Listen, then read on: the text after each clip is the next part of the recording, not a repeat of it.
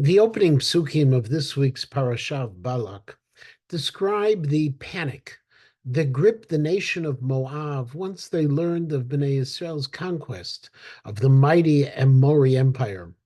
As a result, Balak, the king of Moab, invited Bilam to place a curse upon the Jewish people. And yet a careful look at the opening psukim presents to us a problem. For you see, the first pasuk, Vayar Balak ben Zippor, describes Balak observing Bnei Israel's triumph over the Amori. And then in the second and third psukim, the Torah tells us Vayagar Moab mipnei Amo, the Moab, without specifying the king or any other particular person, feared the Jews. And Vayomer Moab el Ziknei Midian, and Moab then reached out to the elders of Midian. It's only in the fourth pasuk that we read Vayishlach Malachim el Bilam that Balak sent an invitation to Bilam to come. As a result, it appears that Moab's response was in two parts. First, they consulted with Midian, and then they solicited Bilam's services. Rav Shamshon Raphael Hirsch explained that these two responses were actually reactions of both the general population of Moab and then of Balak, the king.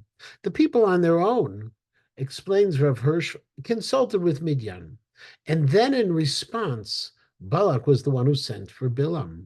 Rav Hirsch explains that the people initially acted on their own, because after Bnei Yisrael's triumph over Sichon and Og, they no longer had trust and confidence in their government's ability to protect them.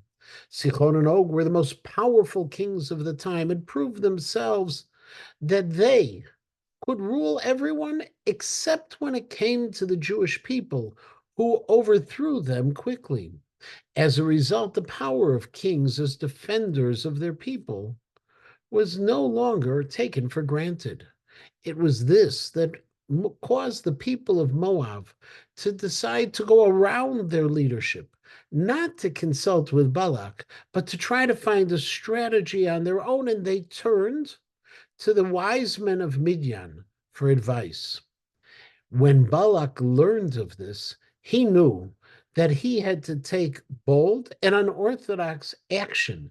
He had to find a way to maintain the people's loyalty, and therefore he chose to resort to the realm of magic and witchcraft. It wasn't that Balak necessarily believed that Bilam could actually curse the Jewish people, but he knew that in order to regain the confidence of his subjects, he had to do something different. Rav Hirsch even suggests that Balak only summoned Bilam to calm his people's fear and win back their trust.